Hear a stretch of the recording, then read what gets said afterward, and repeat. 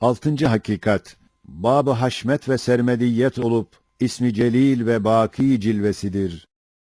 Hiç mümkün müdür ki, bütün mevcudatı, güneşlerden, ağaçlardan, zerrelere kadar, emir ber nefer hükmünde teshir ve idare eden bir haşmet-i rububiyet, şu misafirhane-i dünyada, muvakkat bir hayat geçiren perişan faniler üstünde dursun, sermedi, baki bir daire-i haşmet ve ebedi, âli bir medar-ı rububiyeti icat etmesin. Evet, şu kainatta görünen mevsimlerin değişmesi gibi haşmetli icraat ve seyyaratın tayyare misal hareketleri gibi azametli harekat ve arzı insana beşik, güneşi halka lamba yapmak gibi dehşetli tesirat ve ölmüş, kurumuş küreyi arzı diriltmek, süslendirmek gibi geniş tahvilat gösteriyor ki, perde arkasında böyle muazzam bir rububiyet var, muhteşem bir saltanatla hükmediyor. Böyle bir saltanat-ı rububiyet, kendine layık bir raiyet ister ve şayeste bir mazhar ister. Halbuki görüyorsun, mahiyetçe en cami ve mühim raiyeti ve bendeleri, şu misafirhane-i dünyada perişan bir surette muvakkaten toplanmışlar. Misafirhane ise her gün dolar, boşanır. Hem bütün raiyet, tecrübe-i hizmet için şu meydanı imtihanda muvakkaten bulunuyorlar. Meydan ise her saat tebettül eder. Hem bütün o raiyet, Sani Zülcelal'in kıymetdar ihsanatının numunelerini ve harika sanat antikalarını çarşı-i alem sergilerinde, ticaret nazarında temaşa etmek için, şu teşrigâhta birkaç dakika durup seyrediyorlar, sonra kayboluyorlar. Şu meşher ise her dakika tahavvül ediyor, giden gelmez, gelen gider. İşte bu hal ve şu vaziyet kat'î gösteriyor ki, şu misafirhane ve şu meydan ve şu meşherlerin arkasında, o sermediği saltanata medar ve mazhar olacak daimi saraylar, müstemir meskenler, şu dünyada gördüğümüz numunelerin ve suretlerin en halis ve en yüksek asıllarıyla dolu bağ ve hazineleri vardır. Demek burada çabalamak onlar içindir. Şurada çalıştırır, orada ücret verir. Herkesin istidadına göre eğer kaybetmezse orada bir saadeti vardır. Evet, öyle sermediği bir saltanat, muhaldir ki şu faniler ve zail zeliller üstünde dursun. Şu hakikata, şu temsil dürbünüyle bak ki, mesela sen yolda gidiyorsun, görüyorsun ki yol içinde bir han var. Bir büyük zat, o hanı kendine gelen misafirlerine yapmış. O misafirlerin bir gece tenezzüh ve ibretleri için, o hanın tezyinatına milyonlar altınlar sarf ediyor. Hem o misafirler, o tezyinattan pek azı ve az bir zamanda bakıp, o nimetlerden pek az bir vakitte, az bir şey tadıp, doymadan gidiyorlar. Fakat her misafir, kendine mahsus fotoğrafıyla, o handaki şeylerin suretlerini alıyorlar. Hem o büyük zatın hizmetkarları da, misafirlerin sureti muamelelerini gayet dikkat ile alıyorlar ve kaydediyorlar. Hem görüyorsun ki o zat, her günde o kıymetdar tezyinatın çoğunu tahrip eder, yeni gelecek misafirlere yeni tezyinatı icat eder. Bunu gördükten sonra hiç şüphen kalır mı ki, bu yolda bu hanı yapan zatın, daimi, pek âli menzilleri, hem tükenmez, pek kıymetli hazineleri, hem müstemir, pek büyük bir sehaveti vardır. Şu handa gösterdiği ikram ile, misafirlerini kendi yanında bulunan şeylere, iştihalarını açıyor ve onlara hazırladığı hediyelere, rağbetlerini uyandırıyor. Aynen onun gibi, şu misafirhaneyi dünyadaki vaziyeti, sarhoş olmadan dikkat etsen, şu 9 esası anlarsın. Birinci esas, anlarsın ki, o han gibi bu dünya dahi, kendi için değil, kendi kendine de bu sureti alması muhaldir. Belki kafile-i mahlukatın gelip konmak ve göçmek için dolup boşanan, hikmetle yapılmış bir misafirhanesidir. İkinci esas, hem anlarsın ki şu hanın içinde oturanlar misafirlerdir. Onların Rabb-ı Kerim'i onları Darüsselam'a davet eder. Üçüncü esas, hem anlarsın ki şu dünyadaki tezyinat yalnız telezzüz veya tenezzüh için değil. Çünkü bir zaman lezzet verse firakıyla birçok zaman elem verir. Sana tattırır, iştihanı açar fakat doyurmaz. Çünkü ya onun ömrü kısa ya senin ömrün kısadır. Doymaya kafi değil. Demek kıymeti yüksek, müddeti kısa olan şu tezyinat ibret içindir, şükür içindir. Haşiye 1. Evet, madem her şeyin kıymeti ve dekaik-ı sanatı gayet yüksek ve güzel olduğu halde, müddeti kısa, ömrü azdır. Demek o şeyler numunelerdir. Başka şeylerin suretleri hükmündedirler. Ve madem müşterilerin nazarlarını asıllarına çeviriyorlar gibi bir vaziyet vardır. Öyle ise elbette şu dünyadaki o çeşit tezyinat, bir Rahman-ı Rahim'in rahmetiyle sevdiği ibadına hazırladığı niam-ı cennetin numuneleridir, denilebilir ve denilir ve öyledir. Usul-i daimisine teşvik içindir, başka gayet ulvi gayeler içindir. Dördüncü esas, hem anlarsın ki şu dünyadaki müzeyyenat ise Haşiye 2. Evet, her şeyin vücudunun müteaddit gayeleri ve hayatının müteaddit neticeleri vardır. Ehli dalaletin tevehhüm ettikleri gibi dünyaya, nefislerine bakan gayelere münhasır değildir. Ta abesiyet ve hikmetsizlik içine girebilsin. Belki her şeyin gayatı vücudu ve netaici hayatı 3 kısımdır. Birincisi ve en ulvisi, sanine bakar ki, o şeye taktığı harikayı sanat murassaatını, şahidi ezeliğinin nazarına resmi geçit tarzında arz etmektir ki, o nazara bir anı seyyale yaşamak kafi gelir. Belki, vücuda gelmeden, bilkuvve niyet hükmünde olan istidadı yine kafidir. İşte, seri-üz zeval latif masnuat ve vücuda gelmeyen, yani sümbül vermeyen birer harikayı sanat olan çekirdekler, tohumlar, şu gayeyi bir tamamiha verir. Faydasızlık ve abesiyet onlara gelmez. Demek her şey, hayatıyla, vücuduyla, saniinin mucizatı kudretini ve asar-ı sanatını teşhir edip, Sultan-ı Zülcelal'in nazarına arz etmek, birinci gayesidir. İkinci kısım gaye-i vücut ve netice-i hayat. Zişura bakar. Yani her şey, Sani Zülcelal'in birer mektubu hakaik nüma, birer kaside-i letafet nüma, birer kelime-i hikmet eda hükmündedir ki, melaike ve cin ve hayvanın ve insanın enzarına arz eder, mütalaya davet eder. Demek ona bakan her zişura, ibretnüma bir mütalagahtır. Üçüncü kısım gaye-i vücut ve netice-i hayat, o şeyin nefsine bakar ki, telezzüz ve tenezzüh ve beka ve rahatla yaşamak gibi cüz'i neticelerdir.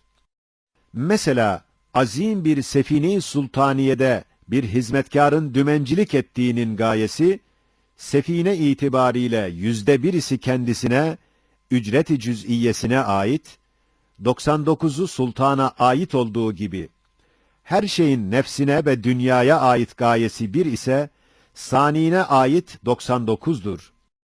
İşte bu teaddüdü gayattandır ki, birbirine zıt ve münafi görünen hikmet ve iktisat, cud ve seha ve bilhassa nihayetsiz seha ile sırrı tevfiki şudur ki, birer gaye noktayı nazarında cud ve seha hükmeder. İsmi Cevvat tecelli eder. Meyveler, hubuplar, o tek gaye noktayı nazarında bir gayri hisaptır. Nihayetsiz cudu gösteriyor.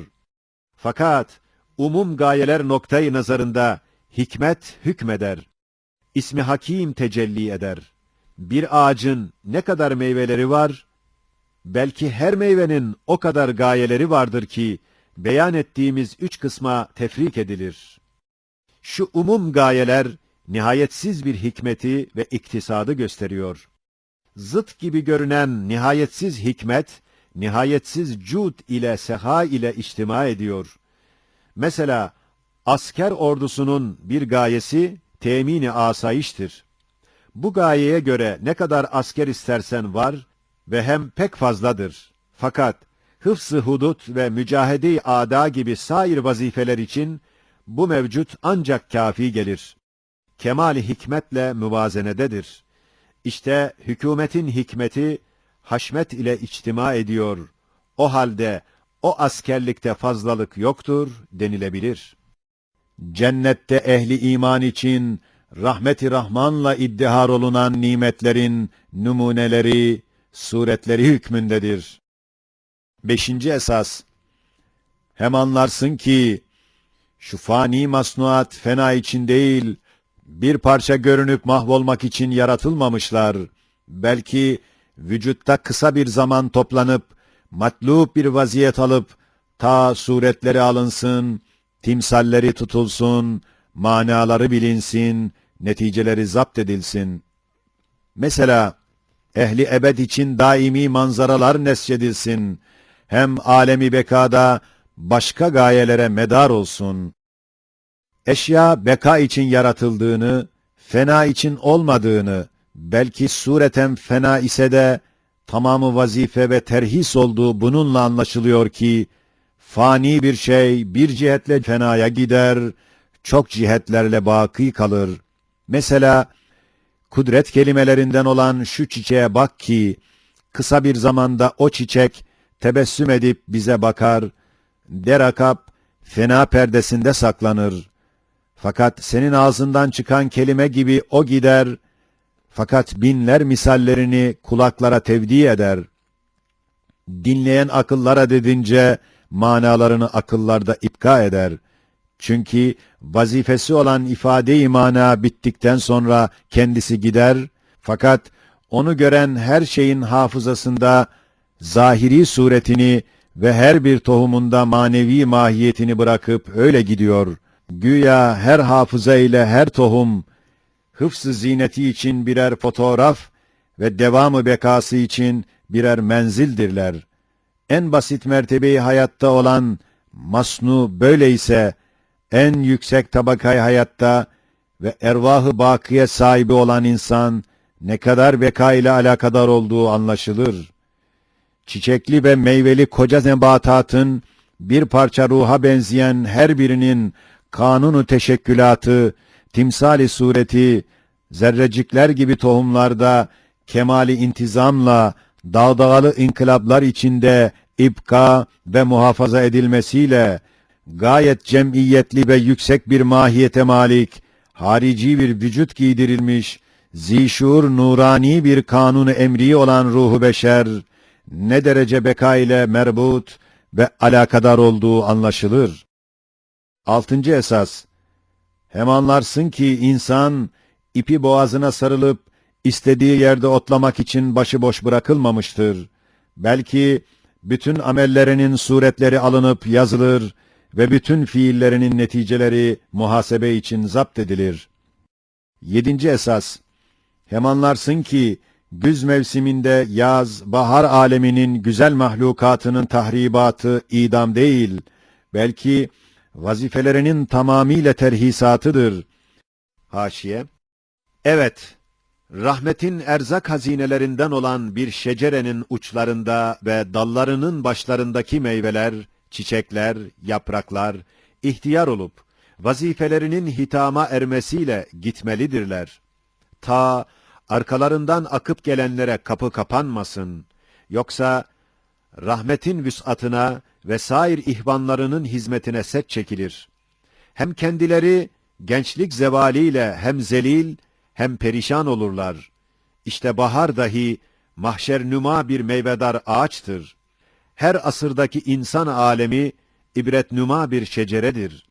Arz dahi, mahşer-i acayip bir şecere-i kudrettir. Hatta dünya dahi, meyveleri ahiret pazarına gönderilen bir şecere-i hayretnümadır. Hem yeni baharda gelecek mahlukata yer boşaltmak için tefrigattır ve yeni vazifedarlar gelip konacak ve vazifedar mevcudatın gelmesine yer hazırlamaktır ve ihzarattır. Hem zişura vazifesini unutturan gafletten ve şükrünü unutturan sarhoşluktan ikazat-ı sübhaniyedir. 8. esas. Hem anlarsın ki şu fani alemin sermediği saniyi için başka ve baki bir alemi var ki ibadını oraya sevk ve ona teşvik eder. 9. esas.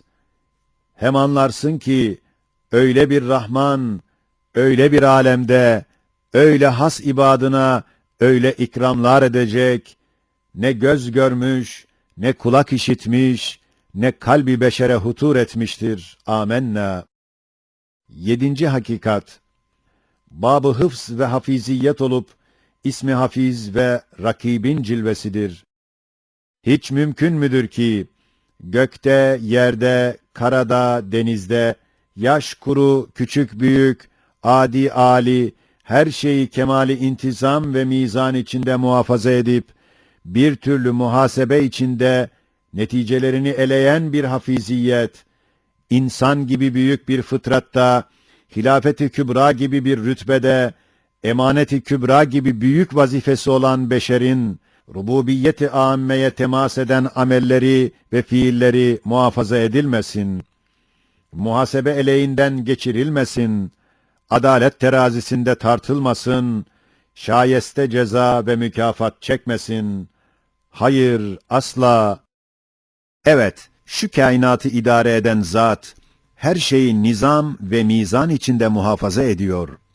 Nizam ve mizan ise, ilim ile hikmet ve irade ile kudretin tezahürüdür. Çünkü görüyoruz, her masnu, vücudunda gayet muntazam ve mevzun yaratılıyor. Hem hayatı müddetince değiştirdiği suretler dahi, birer intizamlı olduğu halde, heyeti mecmuası da bir intizam tahtındadır. Zira görüyoruz ki, vazifesinin bitmesiyle ömrüne nihayet verilen ve şu alem-i şehadetten göçüp giden her şeyin, Hafiz-i Zülcelal birçok suretlerini elvah-ı mahfuza hükmünde olan haşiye, 7. suretin haşiyesine bak. Hafızalarda ve bir türlü misali aynelerde hıfzedip, ekser tarihçe hayatını çekirdeğinde, neticesinde nakşedip yazıyor. Zahir ve batın aynelerde ipka ediyor. Mesela, beşerin hafızası, ağacın meyvesi, meyvenin çekirdeği, çiçeğin tohumu, kanun-u hafiziyetin azameti ihatasını gösteriyor. Görmüyor musun ki, koca baharın hep çiçekli, meyveli bütün mevcudatı ve bunların kendilerine göre bütün sahayif-i amali ve teşkilatının kanunları ve suretlerinin timsalleri mahdut bir miktar tohumcuklar içlerinde yazarak muhafaza ediliyor. İkinci bir baharda onlara göre bir muhasebe içinde sayfi amellerini neşredip kemali intizam ve hikmet ile koca diğer bir bahar alemini meydana getirmekle hafiziyetin ne derece kuvvetli ihata ile cereyan ettiğini gösteriyor. Acaba geçici, adi, bekasız, ehemmiyetsiz şeylerde böyle muhafaza edilirse, alemi gaybta, alemi ahirette, alemi ervahta, rububiyet-i âmmede mühim semere veren beşerin amelleri hıfz içinde gözetilmek suretiyle ehemmiyetle zapt edilmemesi kabil midir? Hayır ve asla. Evet, şu hafiziyetin bu surette tecellisinden anlaşılıyor ki, şu mevcudatın maliki, mülkünde cereyan eden her şeyin inzibatına büyük bir ihtimamı var. Hem hakimiyet vazifesinde nihayet derecede dikkat eder. Hem rububiyet-i saltanatında gayet ihtimamı gözetir. O derece ki, en küçük bir hadiseyi, en ufak bir hizmeti yazar, yazdırır. mülkünde cereyan eden her şeyin suretini müteaddit şeylerde hıfzeder. Şu hafiziyet işaret eder ki, ehemmiyetli bir muhasebe-i amal defteri açılacak ve bilhassa mahiyetçe en büyük, en mükerrem, en müşerref bir mahluk olan insanın büyük olan amelleri, mühim olan fiilleri, mühim bir hesap ve mizana girecek, sayfi amelleri neşredilecek. Acaba hiç kabil midir ki, insan hilafet ve emanetle mükerrem olsun, rububiyetin külliyat-ı şuununa şahit olarak, kesret dairelerinde vahdaniyet-i ilahiyenin dellallığını ilan etmekle, ekser mevcudatın tesbihat ve ibadetlerine müdahale edip, zabitlik ve müşahitlik derecesine çıksın da, sonra kabre gidip, rahatla yatsın ve uyandırılmasın. Küçük büyük her amellerinden sual edilmesin, mahşere gidip, mahkeme-i kübrayı görmesin, hayır ve asla. Hem bütün gelecek zamanda olan mümkinata, haşiye. Evet, zamanı hazırdan, ta iptidai hilkat-ı aleme kadar olan zamanı mazi, umumen vukuattır. Vücuda gelmiş her bir günü, her bir senesi, her bir asrı, birer satırdır, birer sayfedir, birer kitaptır ki, kalemi kader ile tersim edilmiştir. Dest-i kudret, mucizat-ı ayatını, onlarda kemal-i hikmet ve intizam ile yazmıştır. Şu zamandan ta kıyamete, ta cennete, ta ebede kadar olan zamanı istikbal, umumen imkanattır. Yani mazi vukuattır, istikbal imkanattır. İşte o iki zamanın iki silsilesi birbirine karşı mukabele edilse, nasıl ki dünkü günü halk eden ve o güne mahsus mevcudatı icat eden zat, yarınki günü mevcudatı ile halk etmeye muktedir olduğu hiçbir vecihle şüphe getirmez. Öyle de şüphe yoktur ki, şu meydan-ı garayip olan zaman-ı mazinin mevcudatı ve harikaları, bir Kadir-i Zülcelal'in mucizatıdır. Kat'î şehadet ederler ki, o Kadir, bütün istikbalin, bütün mümkinatın icadına, bütün acayibinin izharına muktedirdir. Evet, nasıl ki, bir elmayı halk edecek, elbette dünyada bütün elmaları halk etmeye ve koca baharı icat etmeye muktedir olmak gerektir. Baharı icat etmeyen, bir elmayı icat edemez. Zira o elma, o tezgahta dokunuyor. Bir elmayı icat eden, bir baharı icat edebilir. Bir elma, bir ağacın, belki bir bahçenin, belki bir kainatın misale musaggarıdır. Hem sanat itibariyle, koca ağacın bütün tarihi hayatını taşıyan elmanın çekirdeği itibariyle, öyle bir harikayı sanattır ki, onu öylece icat eden, hiçbir şeyden aciz kalmaz. Öyle de, bugünü halk eden, kıyamet gününü halk edebilir ve baharı icat edecek, haşrin icadına muktedir bir zat olabilir. Zamanı mazinin bütün alemlerini, zamanın şeridine kemali hikmet ve intizam ile takıp gösteren, elbette istikbal şeridine dahi, başka kainatı takıp gösterebilir ve gösterecektir. Kaç sözlerde, bilhassa 22. sözde, gayet kat'î ispat etmişiz ki, her şeyi yapamayan hiçbir şeyi yapamaz ve bir tek şeyi halk eden her şeyi yapabilir. Hem eşyanın icadı bir tek zata verilse, bütün eşya bir tek şey gibi kolay olur ve suhulet peyda eder. Eğer müteaddit esbaba verilse ve kesrete isnat edilse, bir tek şeyin icadı, bütün eşyanın icadı kadar müşkilatlı olur ve imtina derecesinde suubet peyda eder. Kadir olduğuna, bütün geçmiş zamandaki mucizat-ı kudreti olan vukuatı şehadet eden ve kıyamet ve haşre pek benzeyen kış ile baharı, her vakit bil müşahede icat eden bir Kadir-i Zülcelal'den, insan nasıl ademe gidip kaçabilir, toprağa girip saklanabilir? Madem bu dünyada ona layık muhasebe görülüp hüküm verilmiyor, elbette bir mahkeme-i kübra, bir saadet-i uzmaya gidecektir.